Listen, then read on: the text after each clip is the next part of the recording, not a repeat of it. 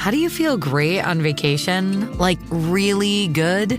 Easy. You go to Aruba.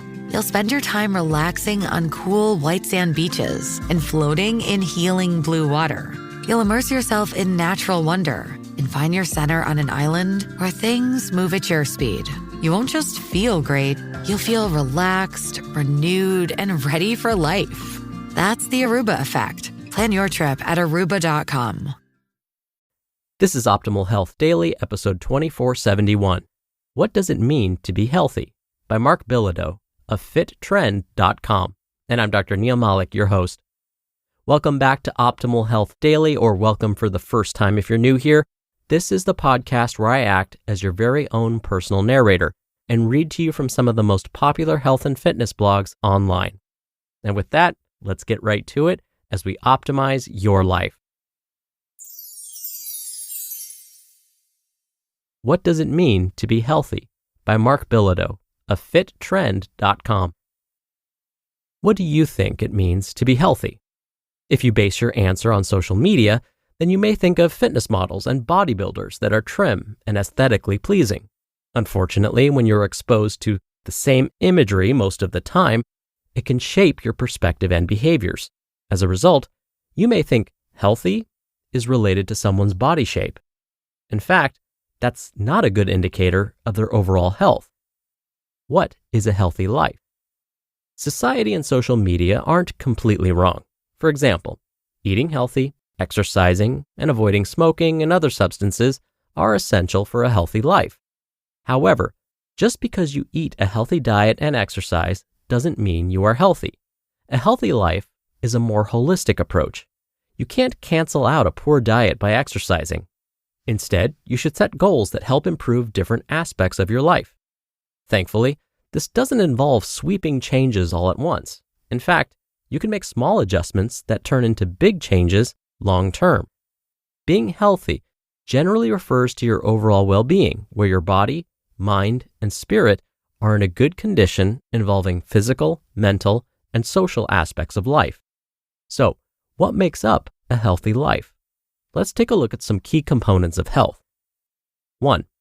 Physical health. Physical health is more than just how you look. It refers to the optimal functioning of your body. That means eating a balanced diet rich in healthy foods such as fruits, vegetables, whole grains, and lean proteins, while limiting processed foods, sugary drinks, and unhealthy fats. This doesn't mean you must eliminate your favorite snacks. It just means you limit them. Exercise is essential to your physical health. Regularly engaging in exercise has many benefits that help maintain your cardiovascular health, muscle strength, and bone density, to name a few. For most healthy adults, the U.S. Department of Health and Human Services recommends at least 150 to 300 minutes of moderate intensity aerobic activity every week, or 75 to 150 minutes of vigorous aerobic activity every week. You may not be able to do that now, but you can work your way up to it. However, any consistent exercise is a step in the right direction. Getting enough sleep is another pillar of physical health. It's more than lying asleep unconscious while your body rests. Your body needs sleep, like air to breathe and food to function. Specifically, sleep helps repair and maintain your physical and mental state. Without enough sleep, you can suffer a variety of negative consequences. 2. Mental health. Your mental health is just as important as your physical health. It's about feeling good about yourself, having positive relationships, coping with stress effectively, and functioning in your daily life no matter what it throws at you. Being positive and cultivating feelings of joy, gratitude, and hope are good for your mental health. Finding ways to cope with stress, such as exercising, meditating, or spending time in nature, can improve your overall well-being. Furthermore, engaging in activities stimulating your mental alertness, memory, and cognitive skills can help maintain your quality of life and mental health as you age. And 3, social health. Having a good connection to others helps with our sense of belonging and purpose in life. A strong network of supportive people can improve your mental and physical health. Feeling like you have a meaningful role in life can contribute to your overall well-being.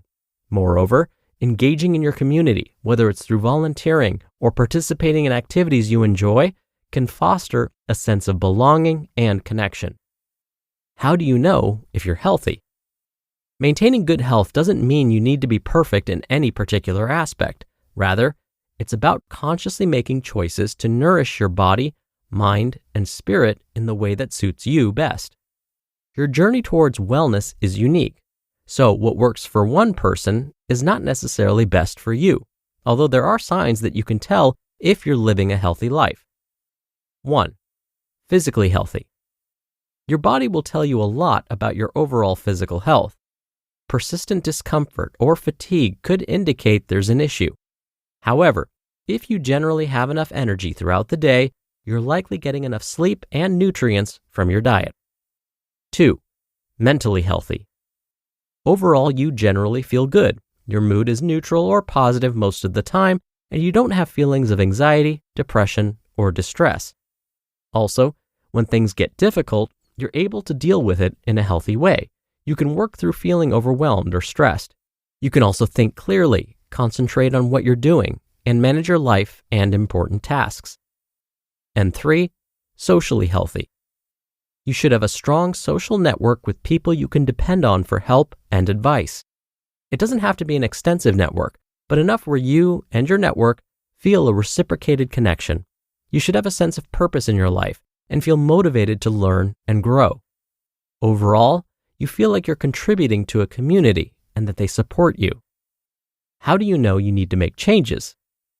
You know your body better than anyone else. If something feels off, looking at your current lifestyle and habits is important to identify areas that need to improve. Also, it's important that you're honest with yourself about changes you'll need to make to improve your health and well-being. Let's look at signs that could mean it's time to make a change. 1. Physical signs, like feelings of fatigue or low energy most of the time, exhaustion from minor physical activities like household chores, changes in your sleeping pattern, such as difficulty falling or staying asleep, excessive sleepiness, sleep deprivation or restless nights, unexplained changes in your weight, and ongoing digestive issues, such as constipation, diarrhea, bloating, or heartburn. 2. Mental signs, like frequent feelings of being down, negative thoughts, hopelessness or anxiety, memory problems, brain fog, or concentration issues that affect your daily life, relying on alcohol, drugs, or other substances to cope with emotional challenges or stress, and feelings of apathy or lack of motivation towards things you once enjoyed. And 3, social signs, like withdrawal from loved ones, isolating yourself, increased conflict in your relationships, and inability to distance yourself from toxic people. Tracking your progress. Whether you're maintaining your current health or looking to make a change, tracking yourself can keep you focused on healthy living. You can use a fitness tracker to track your sleep and exercise, an app or notebook to track what you eat, and other devices to track your blood pressure and weight. Sometimes simply tracking yourself is enough to make you think about your choices before you act. Also, tracking yourself can reveal trends that either show your progress or your trouble spots. As a result, you can make adjustments to keep you on the right path. The takeaway. The idea of being healthy is largely influenced by society and social media. However, just because a person looks aesthetically pleasing doesn't mean they're healthy. Being healthy is more than just looking good. It's about being physically, emotionally, and spiritually healthy. It's important to focus on making progress and not focusing on perfection. Aim to make steady progress, which can help you adjust your behaviors and form healthy habits. Be proactive and maintain healthy habits that support all aspects of your well-being. Eat a balanced diet, exercise regularly, get enough sleep, manage stress, and nurture your relationships. Regardless, it's about feeling good in your own skin and functioning well in all areas of your life. Listen to your body and mind. Be proactive, and don't hesitate to seek professional help when needed. You just listened to the post titled, "What Does It Mean to Be Healthy?" by Marc Bilodeau of fittrend.com, and I'll be right back with my commentary. You don't need me to tell you that something always comes up when you're running a small business. Take the pain out of payroll benefits and HR and put the joy back in running your business with Gusto. Gusto's payroll and HR services can make it a little easier. Gusto was designed for you, the small business owner. They take the pain out of running a business. Automatically calculating paychecks, filing payroll taxes, setting up open enrollment. Gusto does it all. Want more? Time tracking, health insurance, 401k, onboarding, commuter benefits, offer letters, access to HR experts. Well, you get the idea. With Gusto, you can focus on the joy of running your business. It's super easy to set up and get started. And if you're moving from another provider, Gusto can transfer all your data for you. It's no surprise, 94% of customers are likely to recommend Gusto. 94. And here's the best part. Because you're a listener, you get 3 months totally free. All you have to do is go to gusto.com/OWD. Again, that's gusto.com/OWD. And I'm telling you, you're going to love Gusto. Get started today. Dr. Neal here for my commentary. Marc touched on this idea, but I want to clarify something. Let's say we have someone like me, someone with a chronic disease. Would they or would I be considered healthy? Because technically, we wouldn't meet the criteria of complete physical health. Does that mean then we should just give up? Of course not. You knew that.